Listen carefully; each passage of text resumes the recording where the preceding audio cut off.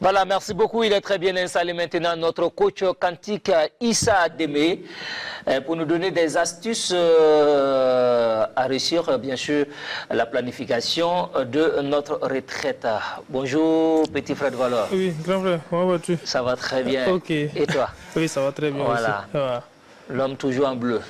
Voilà. Hier, j'étais en bleu aussi. Bleu. Ouais. Ouais. Alors, nous allons parler d'un thème qui nous intéresse tous. Voilà. Absolument. Qui nous intéresse tous. Ouais. Parce que de plus en plus, on voit des cas sociaux après la retraite. Après la retraite, ouais. Malheureusement. Ouais. Et comment maintenant réussir la planification de notre retraite. Ouais. Maintenant, à quel moment on doit commencer à préparer sa retraite? En fait, la question de la retraite, c'est que les gens, c'est quand ils sont presque à la cessation de leur contrat de travail que les gars commencent, à quelques semaines, qu'ils commencent à réfléchir. Que... Ouais. Ouais. Et d'autres même... Non, peut-être à réaliser même voilà, qu'il doit partir. Qu'il doit partir à la retraite. Et souvent, on voit qu'il y a des gens, même, c'est au moment où ils doivent quitter, qu'ils commencent à réunir les dossiers. Ils se rappellent maintenant qu'ils doivent réussir les dossiers. Donc, alors que la retraite se prépare dès le premier jour du travail ou souvent même avant le travail. Wow. C'est toute une planification. C'est vrai. Ça dit quoi? Nous, on dit que, bon, dans tous les cas, les religions nous disent que le vieux que tu seras demain dépend du jeune qui tu as été aujourd'hui. Exactement. Et le jeune qui tu as été aujourd'hui doit définir en fait, le vieux que tu seras demain. C'est vrai. Donc aujourd'hui, dès lors que tu commences à travailler, la première des choses, c'est de se dire comment je vais préparer ma retraite, comment je vais vivre après quand je n'aurai plus la force de pouvoir travailler. Les gens font l'erreur fondamentale de laisser au fait leur destinée, c'est-à-dire la question de la retraite seulement au carrefour et à la CNSS. Oui, voilà, c'est vrai. Qui vont aux institutions, voilà, qui sont créées parce qu'eux, ils ont rendu compte que les gens n'arrivaient vraiment pas à gérer leur propre retraite. C'est pourquoi ces institutions sont créées. Et comme ça a été créé, les gens se sont lavé les mains et ils ont laissé au fait la retraite, alors que non, ça ne doit pas être le cas. Ouais. Aujourd'hui, je vais peut-être présenter les résultats des travaux au fait du fonds américain de la retraite.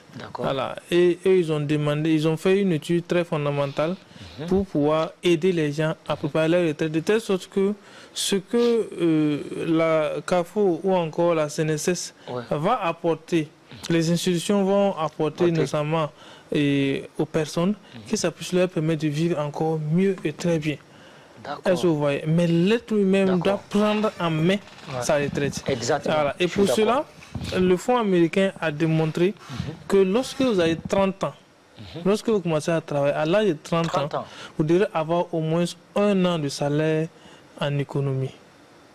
Vous devez épargner au moins 1 an de votre salaire. D'accord, je vois. À l'âge de 30 ans. 30 ans. À l'âge de 35 ans, vous devez avoir au moins 2 ans de votre salaire économisé. Et à 50 ans? À 50 ans, à 50 ans, c'est 5 ans. 5 ans? 5 ans. Ah, non, on n'a même pas demi.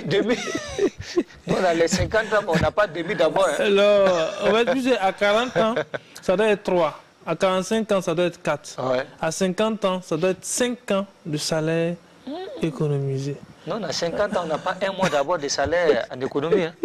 Alors qu'il le faut. Ah oui? Il le faut. Et à 55 ans, il faut 6 ans de salaire. Ouais. À 60 ans, il faut au minimum 7 ans de salaire, et à 65 ans, il faut au minimum 8 ans de salaire économisé.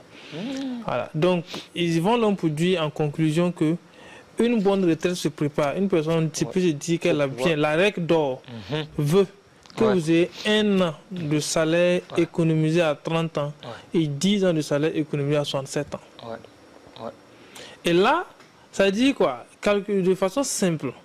Lorsque vous arrivez à avoir 10 ans de salaire économisé à 67 ans, ça veut dire que vous aviez 10 ans de vie supplémentaire que vous pouvez faire même si vous ne travaillez plus, en gardant le même rythme de vie. Ah, d'accord. Puisque vous avez 10 ans de salaire économisé à 67 ans. Ça veut dire que si vous arrêtez de travailler à 67 ans, vous pouvez encore vivre 10 ans en gardant le même rythme de vie sans faire appel aux institutions. C'est ça. C'est ça. Et si les institutions viennent s'ajouter, Alors vous pouvez vivre peut-être 20 ans encore en gardant le même rythme de vie. Propre. Très propre. Est-ce que vous voyez? Je connais des fonctionnaires, c'est quand ils sont allés à la retraite qu'ils ont commencé à très bien vivre. Merci. Tu vois le monsieur... Il brille. Ah non, il brille. Parce qu'il a préparé... Un agent même de la RTB ici. Ah oui. Quand je le vois, je suis fier. Là maintenant. Je suis fier.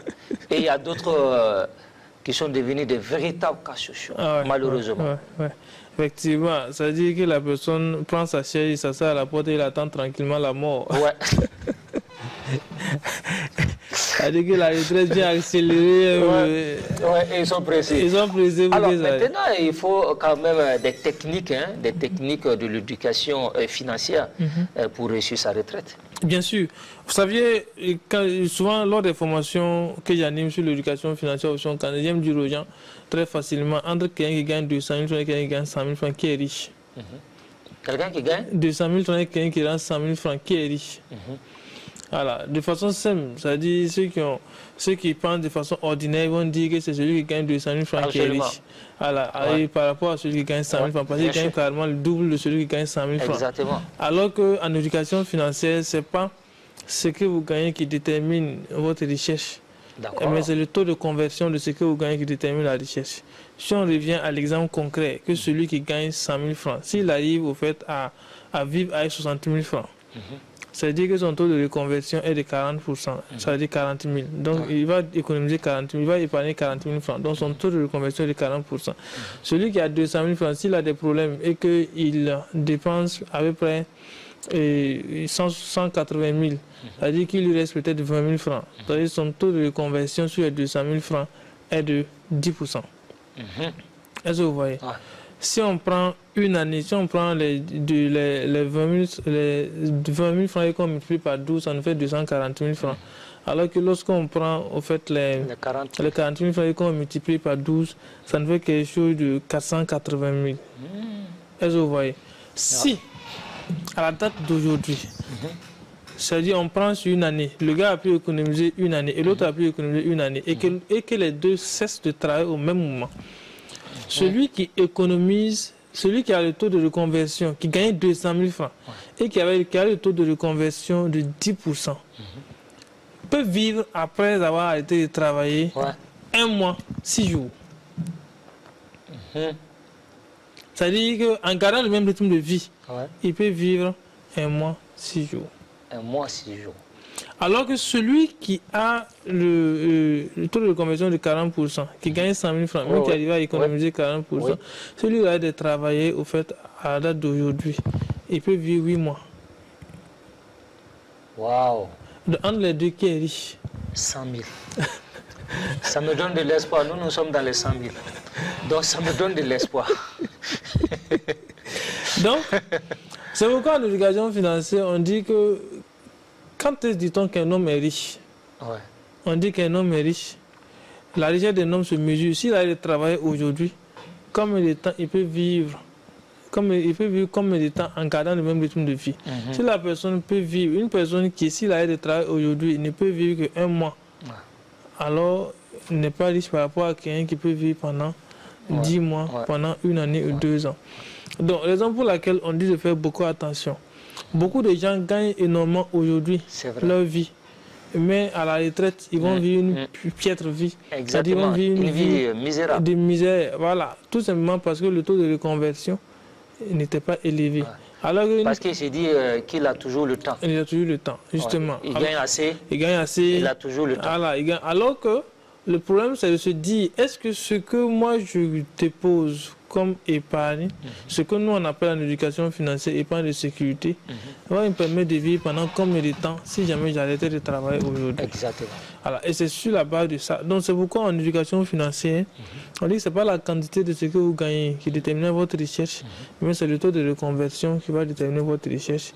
Et le taux de reconversion, c'est quoi? La règle en éducation financière veut que quoi? Que l'homme doit faire en sorte que quel que soit le plan d'économie ou d'épargne qu'il va adopter, qu'il puisse vivre au fait avec 70% et économiser 30%. J'aime dire, quand je rencontre souvent les cadres d'ONG, en tout cas les gens qui travaillent, qui ont un bon salaire, je leur dis, vous avez